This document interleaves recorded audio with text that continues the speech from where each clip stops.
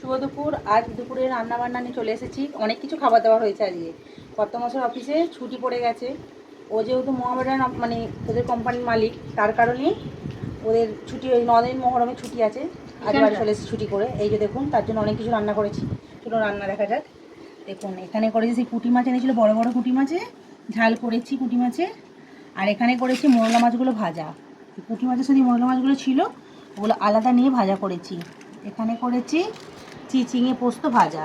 আগের দিন চিচিঙেটা শুধু ভেজেছিলাম, কাকু পোস্ততে খেতে চেয়েছিল, তাই আজকে চিচিঙে পোস্ত ভাজা করা হয়েছে। এখানে আছে ঢ্যাঁড়সের তরকারি, এখানে টক ডাল। যা গরম পড়েছে তাই টক ডাল, কালকে মা করেছিল দিয়েছিল, কিন্তু আজকে আমিও করেছি আর কি। আর এখানে মা দিয়ে গেছে, এটা হলো ফুলকপির তরকারি, এটা করলা আলু ভাতে মোলা, আর এখানে কুমড়ো ভাজা। এগুলো সব মা দিয়ে গেছে। আর এই দেখুন ছোটো ছেলের জন্য স্পেশাল চারা মাছ, এটা মা ও বাড়িতে করেছে দিয়ে গেছে। আর ও বাড়িতে আমি এই যে পুঁটি মাছের ঝাল দিয়ে আসবো বর্দা দেখে। বলুন ভাতটা বাড়ি আগে, তারপরে এখন তো বর্দার দোকানে আসেনি, আসতে দেরি হবে। আগে আমাদের একটা বেরিয়ে নিই, তারপরে বাকি করে দিয়ে আসা হবে। খেয়ে দেখো, ভালো খেতে।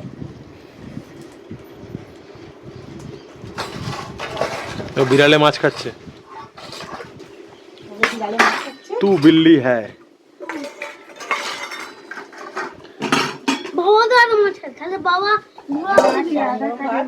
রান্নাটা গরমের জন্য সকাল সকাল করেছি, কিন্তু ভাতটা গরম গরম করেছি। কাকুরটাকে দিয়ে দাও। হ্যাঁ, কাপড়টাকে দিয়ে দিই।